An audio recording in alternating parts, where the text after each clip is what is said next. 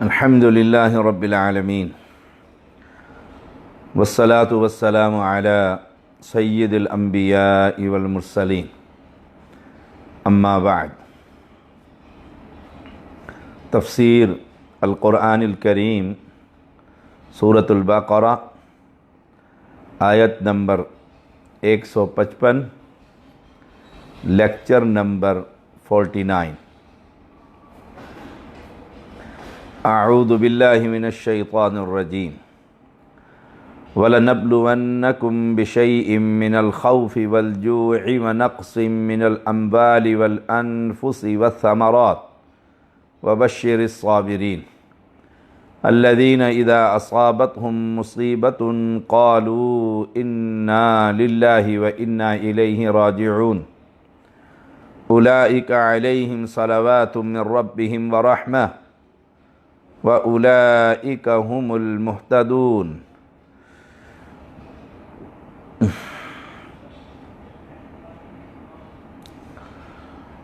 اور یقیناً ہم تمہیں خوف اور بھوک اور مالوں اور جانوں اور پھلوں کی کمی میں سے نہ کسی چیز کے ساتھ ضرور آزمائیں گے، اور صبر کرنے والوں کو خوشخبری دے دیجیے۔ وہ لوگ کہ جب انہیں کوئی مصیبت پہنچتی ہے تو کہتے ہیں بے شک ہم اللہ کے ہیں اور بے شک ہم اسی کی طرف لوٹنے والے ہیں۔ یہ لوگ ہیں جن پر ان کے رب کی طرف سے کئی مہربانیاں اور بڑی رحمت ہے، اور یہی لوگ ہدایت پانے والے ہیں۔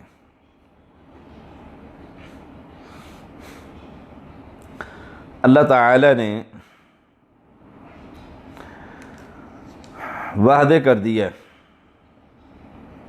کہ وَلَنَبْلُوَنَّكُمْ بِشَيْءٍ مِّنَ الْخَوْفِ، نمبر 1، ہم ضرور آزمائیں گے تمہیں۔ نمبر 1، خوف سے، خوف کی کیفیت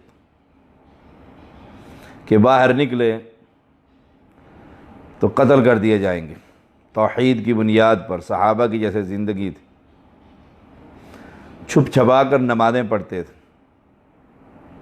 خوف کی حالت میں، موت کا خوف۔ والجوع، اور بھوک، قحط سالی۔ نمبر 3، ونقص من الاموال، مالوں کی کمی۔ نمبر 4، جانوں کی کمی۔ نمبر 5، والثمرات، اور پھلوں کی کمی۔ انسان پر یہ آزمائشیں اتریں گی۔ خوف کی حالت بہت بری ہوتی ہے کہ باہر بے امنی کی کیفیت، باہر نکلیں گے، جیسے کئی مرتبہ کراچی کے حالات ایسے ہوئے کہ زندہ آدمی باہر نکلتا تو لاش ہی آتی تھی، وہ بھی بوری میں بند۔ خوف کی کیفیت، قتل کر دیے جائیں۔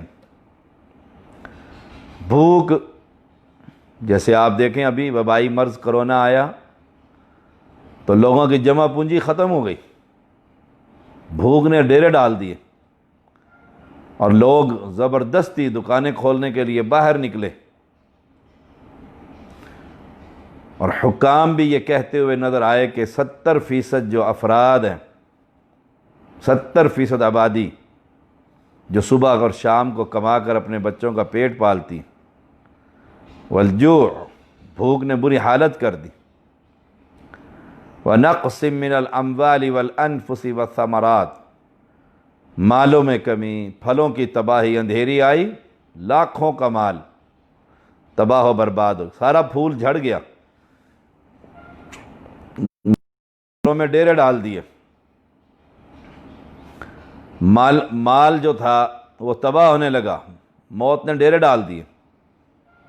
جیسے رسول اللہ صلی اللہ علیہ وسلم کے پاس جمعہ کے دن ایک دیہاتی آیا اور کہا اللہ کے نبی علیہ السلام، جمعہ کے خطبے کے دوران ہی اونچی آواز میں، قحط سالی کی وجہ سے، بارش نہ ہونے کی وجہ سے انسان بھی مر رہے ہیں اور جانور بھی مر رہے ہیں، بری حالت ہو گئی ہے۔ کاروبار ہیں اندھیری اور ژالہ باری ہوئی اور سارا پھل تباہ و برباد کر دیے۔ اب یہ ہیں آزمائشیں، ان آزمائشوں میں مسلمان کیا کرتا ہے، اس کی حالت کیسی ہوتی ہے؟ اگر وہ خوف میں اور بھوک میں اور اولاد مر رہی ہے اور جانور مر رہے ہیں اور باغات تباہ ہو رہے ہیں، اللہ کا شکوہ اور اللہ کی شکایتیں شروع کر دے کہ نماز بھی پڑھتا ہوں، روزہ بھی رکھتا ہوں، عقیدہ صحیح ہے، سارا ستیہ ناس ہو گیا مجھ پر، کیا عذاب مجھ پر اتر آیا، تو سبحان اللہ، وہ آزمائش میں پورا نہیں اترا۔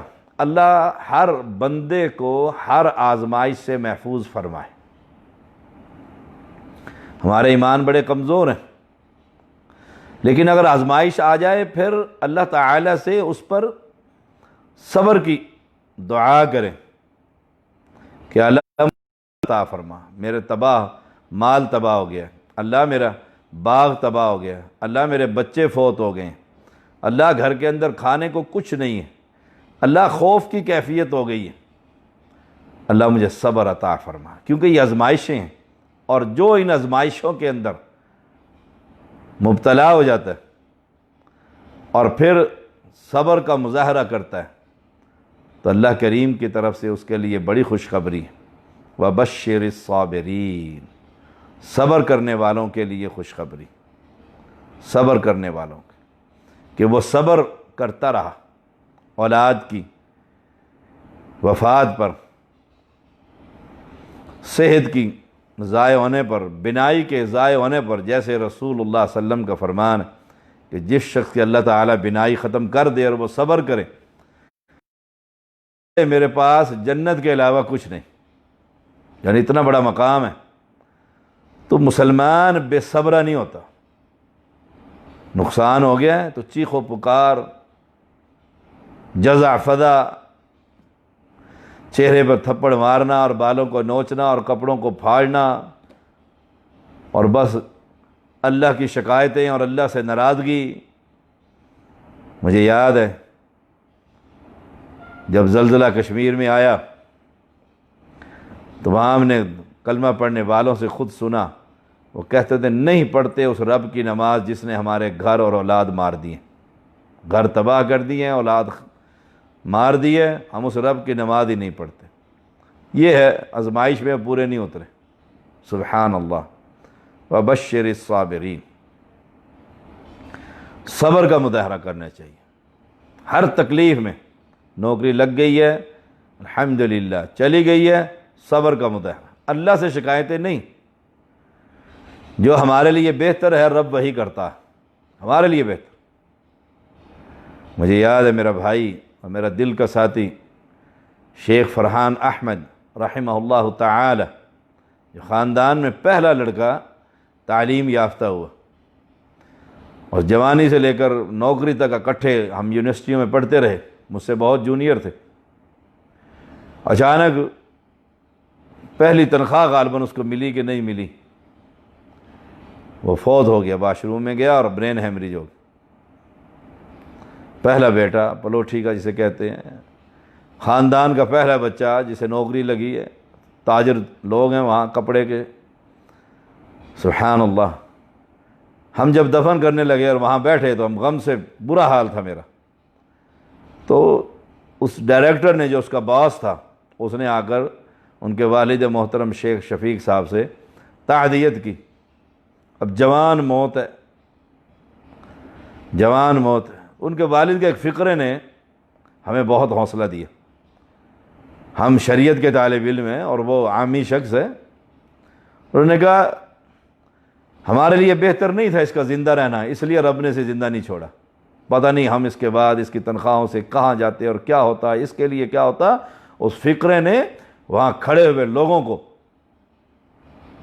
ایک نیا حوصلہ عطا فرمایا کہ کتنا حوصلہ اس کے والد کا اور کتنا صبر کا مظاہرہ ہے کہ ہمارے لیے بہتر نہیں تھا اس کا زندہ رہنا، سبحان اللہ۔ الذین اذا اصابتهم مصیبہ قالوا انا للہ وانا الیہ راجعون، وہ لوگ کہ جب انہیں کوئی مصیبت پہنچتی، مصیبتوں کو اوپر ذکر آ گیا اس کے علاوہ بھی، تو وہ کہتے ہیں بے شک ہم اللہ کے ہیں اور بے شک ہم اسی کی طرف لوٹنے والے۔ مصیبت ہر اس چیز کو کہتے ہیں جس سے انسان کو تکلیف پہنچے، کانٹا بھی چبھے نا تکلیف ہوتی ہے تو مصیبت ہے، وہ معمولی سی ہے۔ اور گاڑی کا ایکسیڈنٹ ہو گیا اور شدید زخمی ہو گیا، مصیبت ہے۔ کوئی نقصان ہو گیا، مصیبت ہے۔ کہ پروجیکٹ تیار کر رہا تھا اس میں پریشانی آ گئی، مصیبت ہے۔ ملازمین کی طرف سے کوئی پریشانی آ گئی، مصیبت ہے۔ ماضیوں کی طرف سے کوئی پریشانی آ گئی، تجارت کرتا ہوں تو ملازمین کی طرف سے کوئی پریشانی آ گئی، یعنی ہر جگہ کہیں پر بھی معمولی سی ہو، اولاد کی طرف سے آ گئی ہے، بیٹی کی کوئی پریشانی آ گئی ہے، سبحان اللہ، تو اس وقت جو تکلیف پہنچتی ہے اسے مصیبت کہتے ہیں۔ اس وقت کیا کہنا چاہیے؟ انا للہ و انا الیہ راجعون۔ یہ ایک ایسا کلمہ ہے کہ دل کی حاضری سے کہا جائے کہ اس میں اس بات کا اظہار ہے ہم اللہ کی ملکیت اور اس کے بندے، سبحان اللہ، اور اس کا بھی کہ ہمیں ہر حال میں اس کے پاس واپس جانا ہے۔ تیاری کا بھی سبق ہے کہ یہ جا رہا ہے، یہ چلا گیا ہے، یہ مصیبت، یہ جان اور مال کی پریشانیاں، تو ہم نے بھی تو اسی کے پاس جانا ہے، تو ہم تیاری کریں۔ وہ جب چاہے جسے چاہے واپس بلا لے۔ اس پر شکوہ شکایت کا کیا موقع؟ ابو طلحہ رضی اللہ تعالی عنہ بیان کرتے ہیں کہ ایک عورت کا خامد جو باہر چلا گیا اور گھر میں اس کا بچہ تھا، بچہ فوت ہو گیا۔ جب واپس آئے تو انہوں نے آ کر، بچہ اس دن فوت ہوا جس دن وہ خامد گھر میں آیا، صحابی رسول ہے، وہ صحابیہ، اب اس نے نہیں بتلایا، بچہ اندر کمرے میں لاش پڑی ہوئی ہے، تو دے دینی چاہیے یا نہیں دینی چاہیے؟ اس نے کہا دینی چاہیے۔ جب خامد نے یہ کہا نا جس کی امانت ہے اس کو دے دینی چاہیے، تو بیوی نے کہا تو بچہ امانت تھا، رب نے دیا تھا، اس نے واپس لے لیا۔ سبحان اللہ۔ رات بیت گئی، صبح صحابی رسول اللہ صلی اللہ علیہ وسلم کے پاس آئے، اللہ کے پیغمبر نے یہ واقعہ سن کر دعا دی، اللہ نے انہیں پھر 9 بیٹے عطا فرمائے اور سب کے سب حافظ قرآن بنے۔ یہ ہے صبر، یہ ہے مصیبت کے وقت حوصلہ۔ اور انا للہ و انا الیہ راجعون، رب سے کیا شکایتیں۔ اور اس کلمہ کہنے سے انسان کو صبر آ جاتا ہے، صبر آتا ہے۔ صبر کرنے والے کو 3 نعمتیں مل جاتی۔ نمبر 1، رب کی مہربانیاں، رب خوش ہو جاتا ہے، رب راضی ہو جاتا ہے کہ میرا بندہ دیکھو میں نے اس کے بیٹے کو، اس کے بیٹی کو، اس کے گھر والوں کو، اس کا یہ نقصان، یہ پریشانی اس پہ مبتلا کیا ہے، تو اس نے کہا یہ بھی اللہ کا ہے، ہم بھی اللہ کے نے، واپس جانا ہے، وہاں پر تیاری کرو، یہ چلا گیا ہم نے بھی جانا، تو رب راضی ہو جاتا ہے، سبحان۔ اور جسے رب راضی ہو جائے اس پر نعمتوں کی بارش کر دیتا ہے، نعمتوں کی بارش کر دیتا ہے۔ نمبر 2، اس کی بہت بڑی رحمت اس کے لیے ہو جاتی ہے۔ اور نمبر 3، ہدایت یافتہ ہونے کی سند اسے مل جاتی۔ یہ ہے صبر کی 3 نعمتیں، 3 انعام۔ قرآن مجید میں صبر کا جو ذکر ہے 70 مرتبہ آیا، صبر کا ذکر، یعنی صبر کا تعلق مومن کے ساتھ اتنا بڑا ہے۔ اذا اصابتہم مصیبت، کہہ رہا ہے کہ مصیبت پہنچتے ہی صبر کرنا، اطلاع ملتے ہی صبر کرنا۔ انا للہ و انا الیہ راجعون، ان للہ ما اخذ ولہ ما آتا وکل شیء عندہ بعجل مسمى فلتصبر ولتحتسب۔ فوراً انا للہ و انا الیہ راجعون۔ بعد میں اگر وہ کہے اب صبر کرتا ہوں، رو دھو کے تو ویسے ہی صبر آ جاتا ہے، اب کتنا روئے گا، کتنا چیخے گا، کتنے کپڑے پھاڑے گا، اب تو ویسے ہی صبر آ گیا۔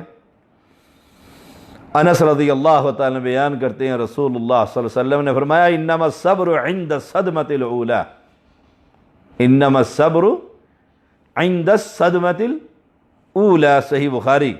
1283۔ صبر صرف وہ ہے جو پہلی چوٹ کے وقت ہو، جو ہی خبر ملی اس وقت صبر کرے۔ بعد میں کہ ہاں میں صبر کرتا ہوں، صبر تو آ گیا اس میں، بعد میں کیا، بعد میں صبر تو آ گیا۔ ام المومنین ام سلمہ رضی اللہ تعالی عنہا فرماتی ہیں میں نے رسول اللہ صلی اللہ علیہ وسلم کو یہ کہتے ہوئے سنا، کوئی مسلمان جسے کوئی مصیبت پہنچے اور وہ وہی کلمہ کہے جس کا اللہ تعالیٰ نے اسے حکم دیا، اذا اصابت مصیبت قالوا انا للہ و انا الیہ راجعون، اللہم اجرنی فی مصیبتی واخلف لی خیرا منہا۔ اور یہ دعا پڑھے، یقیناً ہم اللہ تعالیٰ کی ملکیت، ہم اسی کی طرف لوٹ کر جانے والے۔ اب کہے اللہم اجرنی، اے اللہ اللہم اجرنی فی مصیبتی، اے اللہ مجھے میری مصیبت میں اجر عطا فرما، وَأَخْلِفْ خَيْرًا مِنْهَا، اور مجھے اس کی جگہ اس سے بہتر عطا فرما، بہتر عطا فرما۔ اللہم اجرنی فی مصیبتی وَأَخْلِفْ لِي خَيْرًا مِنْهَا، یہ دعا پڑھے۔ ام سلمہ اور ابو سلمہ ان کے آپس میں بہت پیار، بہت محبت، بہت۔ ابو سلمہ فوت ہو گئے تو ام سلمہ کا خیال تھا کہ ابو سلمہ سے بہتر کون ہو سکتا، اتنا محبت، اتنا پیار میاں بیوی کا، اللہ ہر ایک کو نصیب فرمائے، ورنہ تو خاندانوں کے اندر حالات اور معاشرے میں حالات انتہائی خطرناک۔ اب ام سلمہ کہتی ہیں دو باتیں یاد رکھیں، ایک تو اللہ کا حکم مصیبت پر، ایک نبی کی یہ سنت، کہتے میں نے یہ دعا پڑھی انا للہ و انا الیہ راجعون، یہ پڑھ لیا میں نے، ہم اللہ کی ملکیت ہیں اور اسی کی طرف لوٹ کر جانا۔ لیکن یہ دعا پڑھتے ہوئے مجھے تھوڑی سی ہچکچاہٹ کہ اخلف لی خیرا منہا، یہ میں کہوں کہ اس سے بہتر مجھے عطا فرما، ابو سلمہ سے بہتر کون ہوگا؟ ذہن میں یہ کہ اتنا عظیم انسان، اتنا عظیم خامن، اتنی محبت پیار کرنے والا، کبھی تکلیفیں نہیں دی، لیکن میں نے سنت سمجھ کر اس دعا کو پڑھ لی، اس دعا کو پڑھ لی، لیکن ذہن میں یہی کہ اخلف لی خیرا منہا، خیرا منہا اس سے بہتر کہاں ہوگا؟ اجر بھی مل جائے گا، اللہم اجرنی فی مصیبتی وَأَخْلِفْ لِي خَيْرًا مِنْهَا، مجھے اس کی جگہ اس سے بہتر عطا فرما۔ تو میں نے سنت سمجھ کر یہ پڑھ لیا، جو ہی میں فارغ ہوئی، جو ہی میں فارغ، یعنی عدت گزر گئی، اب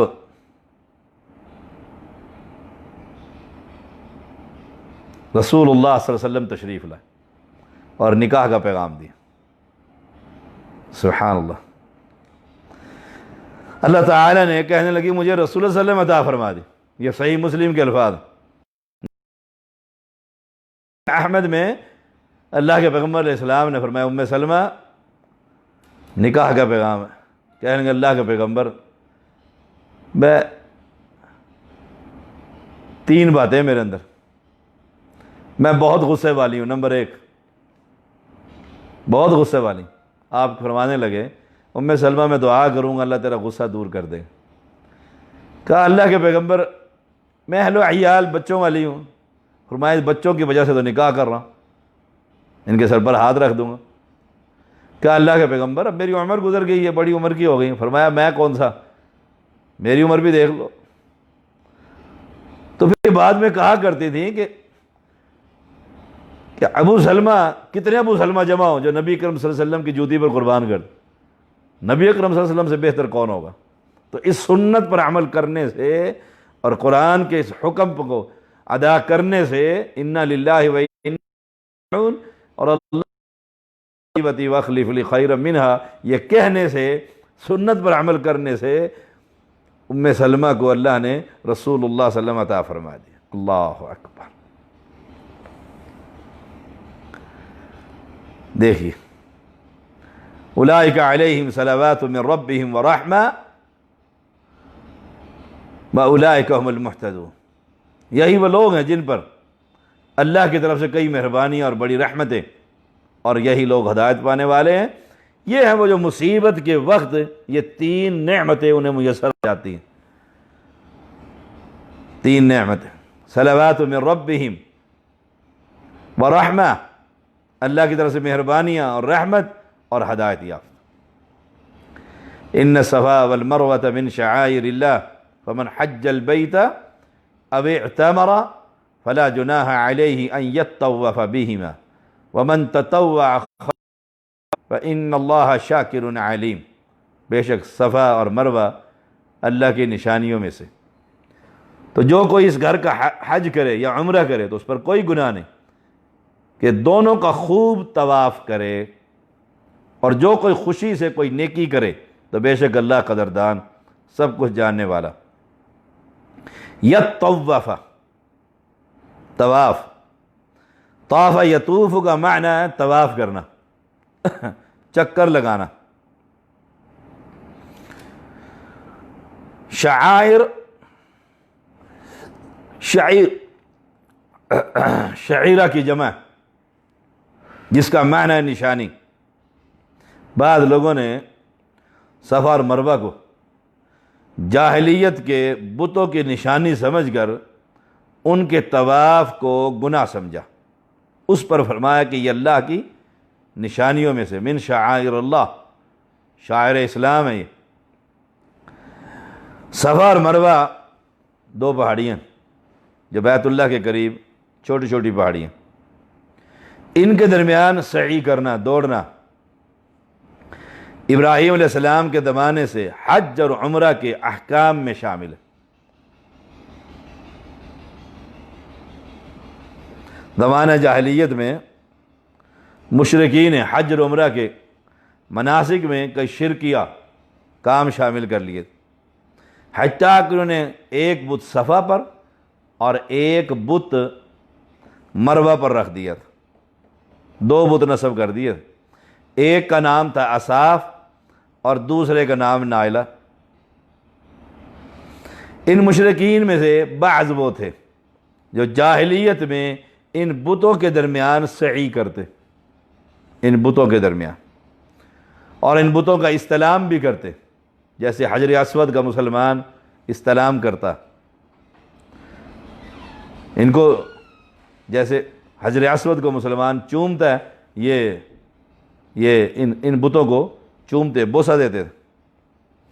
انس بن مالک رضی اللہ تعالیٰ فرماتے ہیں کہ ہم صفا مروہ کی سعی کو جاہلیت کا کام سمجھتے تھے، صفا مروہ کی سعی۔ جب اسلام آیا تو ہم ان کی سعی سے رک گئے، اس پر اللہ تعالیٰ نے یہ آیت نازل فرمائی، صحیح بخاری 4496۔ نمبر 3، اور ان مشرکین میں سے بعض وہ تھے جو جاہلیت ہی میں صفا مروہ کی سعی کی بجائے منات نامی بت کا طواف کرتے تھے، جیسے آج کل امت محمدیہ کی اکثریت لال شہباز قلندر کے جھولے کا طواف کرتی، وہ پینگ وہاں لگی ہوئی ہے، ایسے ہی وہ طواف کرتے تھے، اور مکہ پہنچ کر صفا مروہ کی سعی کو گناہ سمجھتے تھے کہ یہ آنے سعی کریں۔ ان کے رد میں یہ آیت نازل فرمائی۔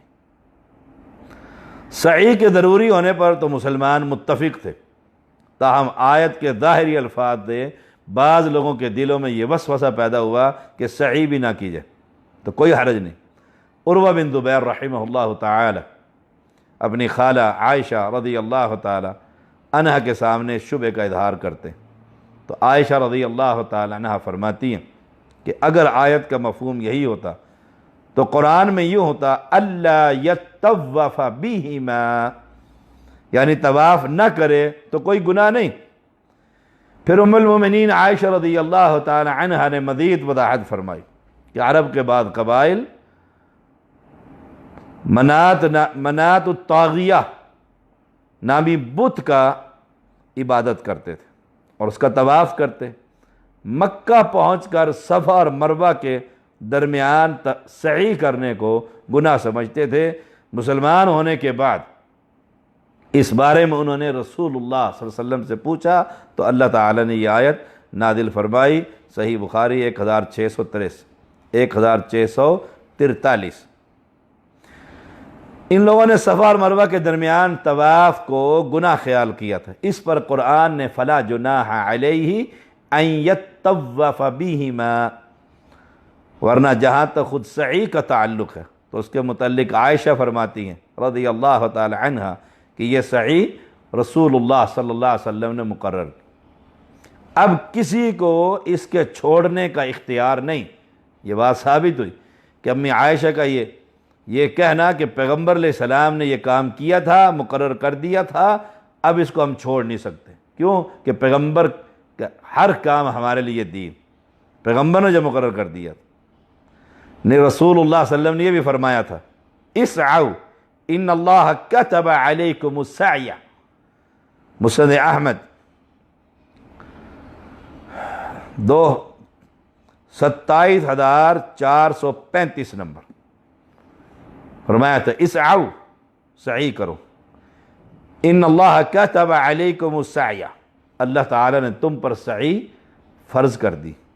تو آپ صلی اللہ علیہ وسلم نے حجۃ الوداع پر فرمایا تھا لتاخذوا مناسککم، صحیح مسلم 1297 کہ مجھ سے حج کے احکام سیکھ لو، مناسک حج، اور اس میں صحیح شامل ہے۔ تو یہ بات بھی ثابت ہوئی کہ جو کام رسول اللہ صلی اللہ علیہ وسلم بتلائیں گے وہ شریعت ہے، اور جو آج کا مولوی بتلائے گا وہ شریعت نہیں۔ پیغمبر فرما رہے ہیں خذوا مناسککم، مجھ سے حج کے احکام سیکھو۔ گویا حج کا طریقہ، نماز کا طریقہ، روزے کا طریقہ، اذان کا طریقہ، درود کا طریقہ، طلاق کا طریقہ، یہ سب کے سب کچھ یہ رسول اللہ صلی اللہ علیہ وسلم ہمیں خبر دے، اور وہ خبر دے گئے، احادیث موجود ہے۔ اب شریعت نام ہے اللہ کی کتاب کا اور پیغمبر کی حدیث، بس ان چیزوں کا نام شریعت، اور کوئی شریعت نہیں۔ اس لیے یہ نہیں کہ نماز اپنے طریقے کی اور روزہ کسی اور کے طریقے کا، یہ اسلام نہیں ہے۔ وَمَن يَبْتَغِ غَيْرَ الْإِسْلَامِ دِينًا فَلَن يُقْبَلَ مِنْهُ، اسلام جو اللہ نے دیا اور نبی نے پہنچایا اس کے علاوہ کوئی شے بھی قابل قبول نہ ہو۔ سبحان اللہ۔ ان الذين يكتمون ما انزلنا من البينات والهدى من بعد ما بيناه للناس في الكتاب اولئك يلعنهم الله ويلعنهم اللاعنون، بے شک وہ لوگ جو اس کو چھپاتے ہیں جو ہم نے واضح دلیلوں اور ہدایت میں سے اتارا، اس کے بعد کہ ہم نے اسے لوگوں کے لیے کتاب میں کھول کر بیان کر دیا، ایسے لوگ ہیں ان پر اللہ لعنت کرتا ہے، اور سب لعنت کرنے والے لعنت کرتے ہیں۔ اللعنہ دفع کرنا، اللہ کی لعنت سے مراد ملعون شخص کو اپنے پاس سے اور اپنی رحمت سے دور کرنا۔ اولئک یلعنہم اللہ، اللہ اپنی رحمت سے دور کر دیتا۔ دوسرے تمام لعنت کرنے والے بھی اس پر لعنت کرتے ہیں، دعا کرنا۔ لعنت کرنے والوں سے مراد جن، انس، تمام مومن اور تمام فرشتے ان پر لعنت کرتے ہیں۔ کن پر؟ جو اللہ کی کتاب کو چھپاتے ہیں، جو مسئلے چھپاتے ہیں۔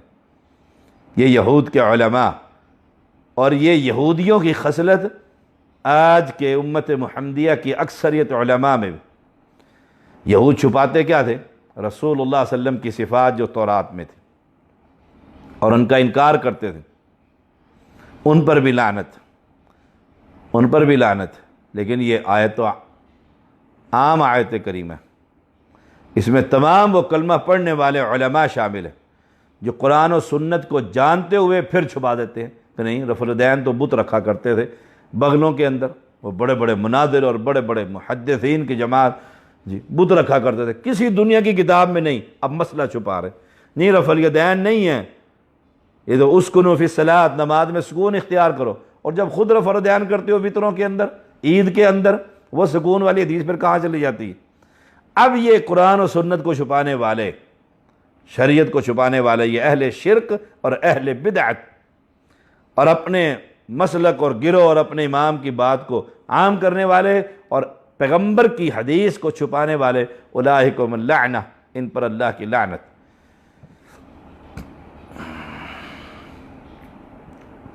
تو اولئک یلعنہم اللہ و یلعنہم اللاعنون، تمام اہل توحید ان اہل بدعت پر لعنت کرتے، سارے فرشتے لعنت کرتے۔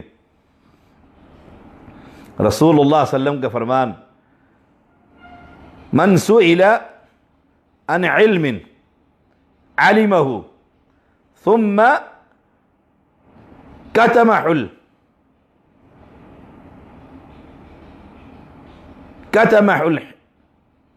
الجمع يوم القيامة بلجام من نار، اللہ اکبر، من سئل عن علم علمه ثم كتمه الجمع يوم القيامة بلجام من نار، جس شخص سے علم کی کوئی بات پوچھ گئی، یہ مسئلہ بتلائیں، اور اس نے چھپا لی۔ وہ جانتا تھا کہ حدیثیں تو ہیں، لیکن اگر میں نے رفدین کی حدیثیں بتلائیں تو مجھے تو مسجد والے نکال دیں گے، مسجد والے نکال دیں گے، پھر اس نے چھپا لیا اس کو۔ قیامت کے دن اسے جہنم کے آگ کی لگام پہنائی جائے گی۔ کتنا بڑا یہ جرم کر رہا۔ امام ترمذی لے کر آئے ہیں، امام البانی اس کو صحیح قرار دیتے ہیں۔ اللہ اکبر۔ 2649، سبحان اللہ۔ بڑی خطرناک وعید ہے ان مولویوں کے لیے جو نماز کا سارا طریقہ چھپا دیتے ہیں عوام سے۔ کہیں گے نیت کے بغیر تو نماز ہی نہیں ہوتی، نیت کرتا نماز کی، نماز 2 رکعت پیچھے سے امام کے لگا ہوا۔ مولوی چند محمد جو مماتی مناظر ہے بہت بڑا، میرے درس کے اندر ایک جگہ پہ آیا، اسے اسپیشل بلایا گیا سوال و جواب کی نشست کے لیے، میں نے 2.5 گھنٹے اس کو اس نیت سے آگے نہیں جانے دیا، نیت ثابت کر حدیث سے، اور آخر پھر 2 بندے اس گفتگو کے بعد جنہوں نے بلایا تھا، جن کے گھر میں وہ مہمان تھا، وہ دونوں اہل حدیث ہو گئے، رفیق صاحب اور عبد القیوم صاحب۔ نیت کرتا ہوں اب یہ چھپا رہے ہیں مسئلے کو، تو اس کے بارے میں اسے قیامت کے دن آگ کی لگام پہنائی جائے گی، آگ کی لگام۔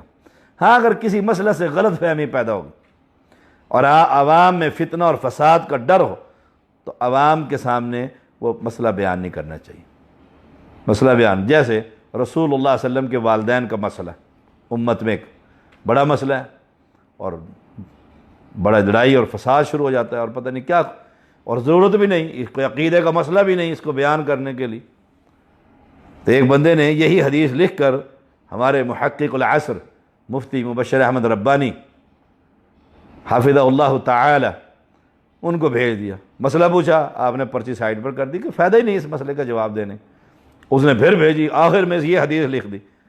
پھر انہوں نے کہا پھر ٹھیک ہے فتویٰ لگاؤ امام حنیفہ رحمہ اللہ پر، امام حنیفہ اس بارے میں یوں جواب دیتے، سبحان اللہ۔ تو ایسا مسئلہ جس سے فائدہ بھی نہ ہو اور لڑائی کا خطرہ ہو،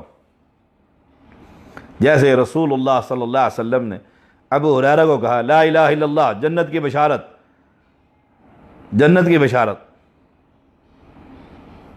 لیکن عام لوگوں کے سامنے بیان کرنے سے منع کر دیا، صحیح مسلم۔